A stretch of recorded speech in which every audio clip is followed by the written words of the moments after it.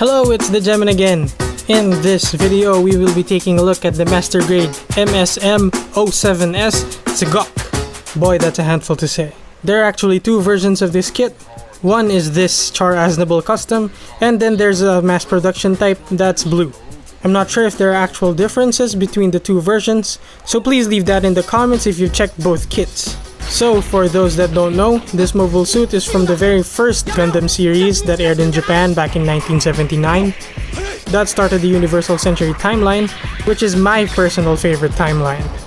This specific aquatic suit was piloted by the rival of our protagonist, Char Aznable, a character that was so iconic that they keep making masked characters in the other Gundam universes.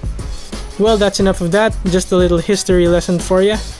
Taking a look at the box, we can see the Zigok giving its signature stabby to the gym in that cave. We can barely see it, but just like any other Master Grade box, the model number is still written along the side here. And this was originally printed back in 2003. Top and bottom of the box just have the same box art. On this side, we see the painted kit's front view and rear view, some features of the parts.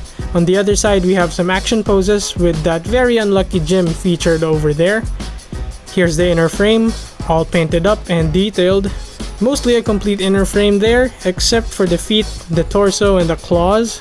You can even see here that the inner frame has some very nice mechanical details. It's kinda sad that most Gunpla collectors like myself don't really display their kits showing the inner frame.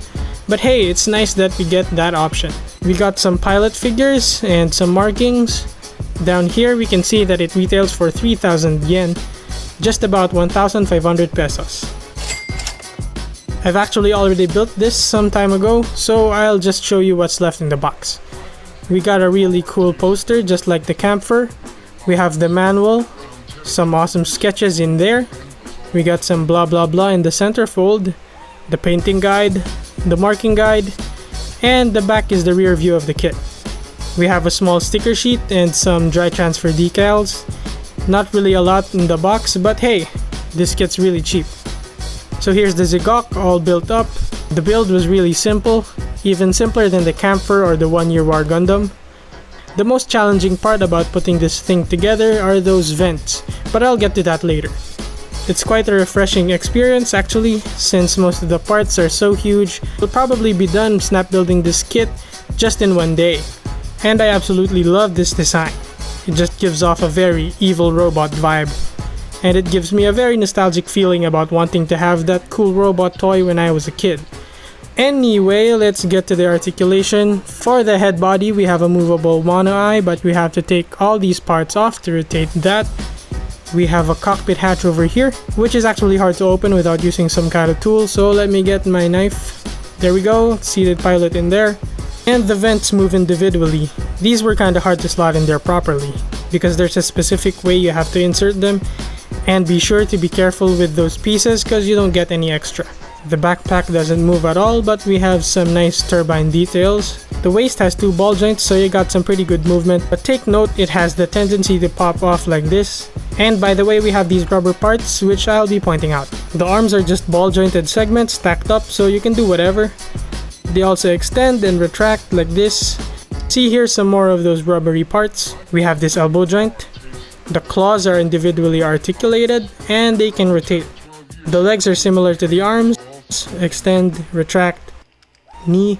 For parts here at the hips and again in the legs and the ankle. The ankle is just one ball joint. The top of the foot has this tilting action, but it doesn't really add to anything.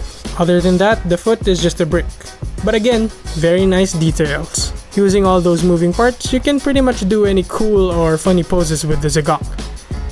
Not the most dynamic compared to more standard and recent Master Grades, but it gives you options that you wouldn't normally get from regular mobile suit designs. There's not much to this kit. It's simple and it has no accessories, no weapons or action-based adapter. But if you're looking for something other than your typical Gundams, this kit is definitely recommended. The joints are really solid, so you won't have to worry much about things getting too wobbly or falling off, aside from that waist, which isn't really that much of a problem. It has a very nice mechanically detailed inner frame, and it definitely has some great shelf presence because of that really unique look. It's a simple, fast build, and looks great, so you can't go wrong with this really cheap master grade. And if you haven't had any experience building master grades, this would be a great entry into the master grade line. That's it for this review. Thanks for watching. Bye!